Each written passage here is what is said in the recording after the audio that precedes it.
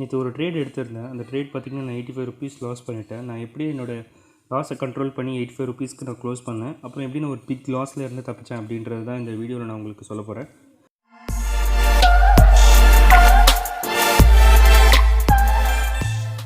Greetings for the day traders. This is Anand and welcome back to my channel Learn from my losses, and thank you so much for subscribing. எனக்கு subscribe பண்ணுற எல்லாருக்குமே ரொம்ப நன்றி. Video start பண்ணுறதுக்கு முன்னாடி ஒரு சின்ன fun fact சொல்லலான்ட்டு ஒரு மைண்டில் வச்சுருந்தேன். ஸோ ஃபன் ஃபேக்ட் என்னென்னு பார்த்தீங்கன்னா, first of all candle stick அப்படின்றது பார்த்தீங்கன்னா ஜாப்பனீஸ் பீப்புளால் கண்டுபிடிக்கப்பட்டது. அந்த ஜாப்பனீஸ் பீப்புள் அந்த கேண்டில் ஸ்டிக்கை எதுக்கு யூஸ் பண்ணாங்கன்னு பார்த்தீங்கன்னா, அவங்களுடைய ரைஸை வந்துட்டு இம்போர்ட் அண்ட் எக்ஸ்போர்ட் பண்ணுறதுக்காக அதை யூஸ் பண்ணிக்கிட்டாங்க. பிகாஸ் அதில் அந்த கேண்டில் ஸ்டிக்கில் பார்த்தீங்கன்னா ஓப்பன், ஐ, லோ, க்ளோஸ் எல்லாமே ஒரே ஒரு சின்ன கேண்டில் ஸ்டிக்லேயே பார்த்துட முடியும் அப்படின்றதுக்காக. அண்ட் லேட்டர் ஆன் அதை வந்துட்டு பார்த்திங்கன்னா எல்லோரும் ட்ரேடிங்க்கும் யூஸ் பண்ணிக்க ஆரம்பித்தாங்க. ஸோ வீடியோ ஸ்டார்ட் பண்ணலாம். நம்ம எப்போவுமே ஒரு ட்ரேட் எடுக்கும்போது நம்மளுக்கு தேவைப்படுறது, நம்ம மைண்டில் இருக்கிறது பார்த்திங்கன்னா 2 திங் இருக்கும். ரொம்ப இம்பார்ட்டண்டான திங் பார்த்திங்கன்னா 2 இருக்கும். அது என்னென்னு பார்த்திங்கன்னா, ஒன்று ப்ராஃபிட் புக்கிங், இன்னொன்று பார்த்திங்கன்னா ஸ்டாப் லாஸ். எல்லாருக்குமே பார்த்திங்கன்னா ப்ராஃபிட் எந்த இடத்துல புக் பண்ணுன்றது ஓரளவுக்கு தெரியும். என்னோடய வீடியோவை நீங்கள் பார்த்திங்கனாலே தெரியும். 0.5% அப்படின்றது நம்மளோட ப்ராஃபிட் டார்கெட்டை நம்ம வச்சுருப்போம். ஓகேவா? பட் ஸ்டாப் லாஸ் அப்படின்றது பார்த்திங்கன்னா ரொம்ப கம்மியான பேருக்கு தான் தெரிஞ்சிருக்கு. அதுவும் ஏன் ஸ்டாப் லாஸ்லாம் வைக்கணும், ஸ்டாப் லாஸ் எல்லாமே பார்த்திங்கன்னா நான் நிறைய வாட்டி ப்ராஃபிட் பண்ணியிருக்கேன் அப்படின்னு சொல்லி நிறைய பேர் திங்க் பண்ணுவாங்க. ஸ்டாப் லாஸ் இருக்கிறனால தான் நான் வந்துட்டு அந்த ட்ரேட்லேருந்து நான் எக்ஸிட் ஆகிட்டேன். அப்புறம் பார்த்திங்கன்னா அது என்னுடைய டேரெக்ஷனில் போயிடுச்சு அப்படின்னு சொல்லி நிறைய பேரும் ஃபீல் பண்ணியிருப்பீங்க. அப்புறம் இந்த ஸ்டாப் லாஸ் ஏன் ரொம்ப இம்பார்ட்டன்ட் அப்படின்றதையும் நான் வந்துட்டு உங்களுக்கு இப்போது இந்த சொல்ல போகிறேன். ஓகே, நம்ம பார்த்திங்கன்னா நேற்று ஒரு நம்ம ட்ரேட் எடுத்துருந்தோம். ட்ரேட் என்னதுன்னு பார்த்திங்கன்னா ஆஸ் யூஷுவல் ஃபஸ்ட்டு வந்துட்டு ஒரு ஒன் சைடட் மூவ் இருந்தது. தென் ஒரு ரெசிஸ்டன்ஸ் ஃபால் ஆச்சு. தென் அந்த ரெசிஸ்டன்ஸை பிரேக் பண்ணுறதுக்காக ட்ரை பண்ணிச்சு ஸ்டாக்கை, ப்ரைஸை. தென் அதையும் பிரேக் பண்ண முடியல. அகைன் பார்த்திங்கன்னா அதோடைய சப்போர்ட்டையும் பிரேக் பண்ணி கீழே வந்துடுச்சு. ஸோ நான் என்ன பண்ணிட்டேன்னா, ஓகே சப்போர்ட் பிரேக் பண்ணிடுச்சு அப்படின்னு சொல்லிட்டு நான் வெயிட் பண்ணேன் ஒரு 2-3 கேண்டில் க்ரியேட் ஆகிறதுக்காக. தென் ஒரு red candle, strong candle create ஆனதுக்கு அப்புறமா நான் உள்ளே என்ட்ரு ஆனேன். என்னுடைய ஸ்டாப் லாஸ் பார்த்திங்கன்னா எக்ஸாக்டாக அதோடைய சப்போர்ட் லெவலுக்கு மேலே வச்சுருந்தேன். ஸோ நீங்கள் பார்த்தீங்கன்னா தெரியும், இது ஆக்சுவலாக ஸ்டாப் லாஸ்.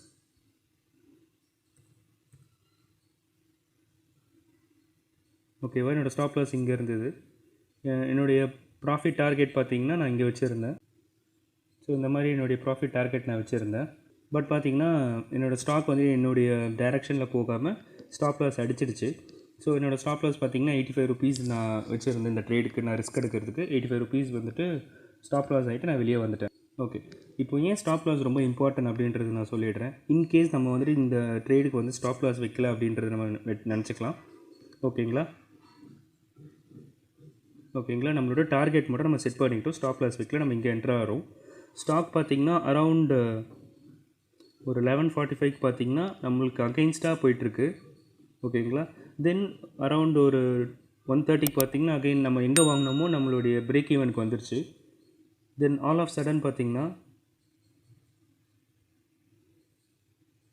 ஒரு 2 o'clock மாதிரி பார்த்திங்கன்னா ப்ரைஸ் பார்த்திங்கன்னா 163.30க்கு போயிடுச்சு.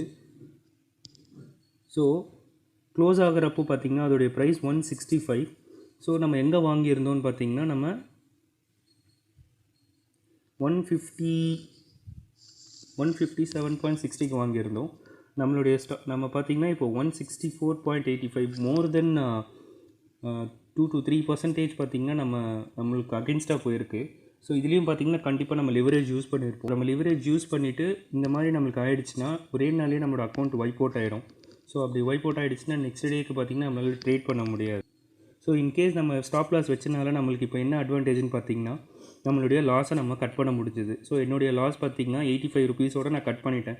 இன்கேஸ் நான் அந்த ஸ்டாப் லாஸ் வைக்காமல் இருந்திருந்தேன்னா என்னுடைய லாஸ் பார்த்திங்கன்னா ஒரே நாள்லேயே அக்கௌண்ட்டில் இருக்க பாதி அமௌண்ட்டை நான் வந்து வைப் அவுட் ஆகிறதுக்கு நிறையவே பாசிபிலிட்டிஸ் இருக்குது இந்த ட்ரேடில். ஆல்சோ ஸ்டாப் லாஸ் அப்படின்றது என்னென்னு பார்த்தீங்கன்னா, ட்ரேட் எடுத்தேன் இல்லைங்களா, இந்த ட்ரேடில் நான் எடுக்கும்போது நான் என்ன மைண்டில் இருக்குன்னா, எனக்கு வந்து இந்த ஸ்டாக் கீழே ஃபாலோ ஆகும் அப்படின்னு நான் ப்ரிடக்ட் பண்ணி இந்த ட்ரேட் நான் எடுத்திருக்கேன். பட் இந்த ட்ரேட் வந்து என்னுடைய ஃபேவரில் போகலை, எனக்கு அகெயின்ஸ்டாக போச்சுன்னா நான் இதுக்கு மேலே இந்த ட்ரேடில் இருக்க மாட்டேன். அதாவது இந்த ட்ரேட் இதுக்கப்புறம் ஒர்க் அவுட் ஆகாது அப்படின்றது எனக்கு தெரிஞ்சுக்கிறதுக்கு இவ்வளோ தூரம் தான் நான் வந்து ரிஸ்க் எடுப்பேன் அப்படின்னு சொல்லிட்டு நான் வச்சுருக்கிறதுக்கு பேர் தான் ஸ்டாப் லாஸ். இந்த மாதிரி தான் நான் ஒரு பிக் லாஸ்லேருந்து நான் வந்துட்டு நேற்று எஸ்கேப் ஆனேன். இன்கேஸ் நான் இந்த ஸ்டாப் லாஸ் மட்டும் வைக்காமல் நான் வந்துட்டு நார்மல் எம்ஐஎஸ் ஆர்டர் எடுத்துருந்தேன்னா என்னுடைய என்டையர் அக்கௌண்ட்டே பார்த்திங்கன்னா நேற்றில் ஒரே நாள்லேயே இந்த ட்ரேட்லேயே என்னோடய அக்கௌண்ட் ஃபுல் அண்ட் ஃபுல் காலியாக இருக்கும். நான் ஏன் இதை வந்துட்டு இவ்வளோ தூரம் சொல்கிறேன்னா, நம்ம ட்ரேடிங்கில் பார்த்திங்கன்னா ஒரு வேர்ட் சொல்லுவாங்க, ஒரு பழமொழின்னு வச்சுக்கோங்களேன், live another day to trade அப்படின்னு சொல்லுவாங்க. அது என்னென்னா ஒரே நாள்லேயே வந்துட்டு நீங்கள் என்டையர் அமௌண்ட்டை லாஸ் பண்ணிடாதீங்க. லாஸ்ன்றது இந்த கேமில் எப்போவுமே இருக்க தான் போகுது. பட் எப்படி நீங்கள் லாஸை வந்துட்டு ஹேண்டில் பண்ணுறீங்க, எப்படி வந்துட்டு ஒரு லாஸை கம்மி பண்ணிவிட்டு நெக்ஸ்ட் டேக்காக நீங்கள் வந்துட்டு வெயிட் பண்ணுறீங்க அப்படின்றதுல தான் வந்துட்டு ஒரு ட்ரேடர் வந்துட்டு கன்சிஸ்டண்ட்டாக இருக்க முடியும் அப்படின்ட்டு சொல்லுவாங்க. ஸோ இதனால தான் ஸ்டாப் லாஸும் பார்த்திங்கன்னா ரொம்ப ரொம்ப இம்பார்ட்டன்ட். அண்ட் இன்கேஸ் உங்களுக்கு ஸ்டாப் லாஸ் வந்துட்டு எப்படி கால்குலேட் பண்ணணும் அப்படின்றது தெரியுங்கன்னா ஒன்றும் ப்ராப்ளம் இல்லை. என்னோட ஒன் ஆஃப் மை வீடியோவில் பார்த்தீங்கன்னா no your risk to reward அப்படின்னு சொல்லிட்டு நான் ஒரு வீடியோ பண்ணியிருக்கேன். அந்த வீடியோவோட லிங்க்கை நான் வந்து டிஸ்கிரிப்ஷனில் தரேன். அந்த வீடியோவில் பார்த்தீங்கன்னா நான் ஒரு எக்ஸல் க்ரியேட் பண்ணியிருப்பேன். அந்த எக்ஸலில் ஜென்ரலாக என்னதுன்னா நீங்கள் எந்த இடத்துல என்ட்ரு ஆகுறீங்க. ஃபார் எக்ஸாம்பிள் இப்போ நம்ம வந்துட்டு இந்த ட்ரேடே எடுத்துக்கலாம். எக்ஸாம்பிளுக்கு 157.55 அமௌண்ட்டில் வேல்யூவில் நம்ம என்ட்ரு ஆகிருக்கோம். இது நீங்கள் அதில் என்ட்ரு பண்ணிட்டீங்கனாலே கீழே பார்த்தீங்கன்னா இன்கேஸ் நீங்கள் ஷார்ட்டிங் பண்ணுறதா இருந்தால் 0.6% வரைக்கும் உங்களுக்கு நான் வந்துட்டு அதுவே காட்டிடும். 0.5% எவ்வளோ, 0.6% எவ்வளோ அப்படின்னு சொல்லிட்டு உங்களுக்கு இன்ஸ்டண்ட்டாக நீங்கள் ஒரு ட்ரேட் எடுக்கிறதுக்கு ஈஸியாக இருக்கும். இதுவே வந்துட்டு அந்த எக்ஸல் இல்லாமல் நீங்கள் நார்மலாக கால்குலேட் பண்ணுறதா இருந்தால் இந்த வேல்யூ ஃபஸ்ட் நீங்கள் கால்குலேட் பண்ணுவீங்க. அதாவது 157.55 இன்ட்டு எத்தனை ஸ்டாக்ஸ் வாங்குறீங்க அப்படின்னு சொல்லி அந்த கவுண்டிங்கை போட்டு டோட்டல் வேல்யூ வரும். அந்த டோட்டலை நீங்கள் நோட் பண்ணி வச்சுட்டு அதுக்கப்புறம் உங்களோட ஸ்டாப் லாஸோட வேல்யூவை போட்டுட்டு அந்த வேல்யூ இன்ட்டு 50 அந்த வேல்யூ ரெண்டு வேல்யூவும் மைனஸ் பண்ணிவிட்டு வர அமௌண்ட்டு தான் பார்த்திங்கன்னா உங்களுடைய லாஸ். ஸோ இந்த மாதிரி நீங்கள் ரொம்ப காம்ப்ளிகேட் பண்ணாமல் அந்த எக்ஸல் ரொம்ப ரொம்ப ஈஸியாக இருக்கும், ரொம்ப சிம்பிளாகவும் இருக்கும். அந்த எக்ஸலை டவுன்லோட் பண்ணி ட்ரை பண்ணி பாருங்கள். ஸோ இதே மாதிரி நான் உங்களை இன்னொரு வீடியோவில் பார்க்குறேன். தேங்க்யூ ஸோ மச் ஃபார் வாட்சிங். See you. Bye.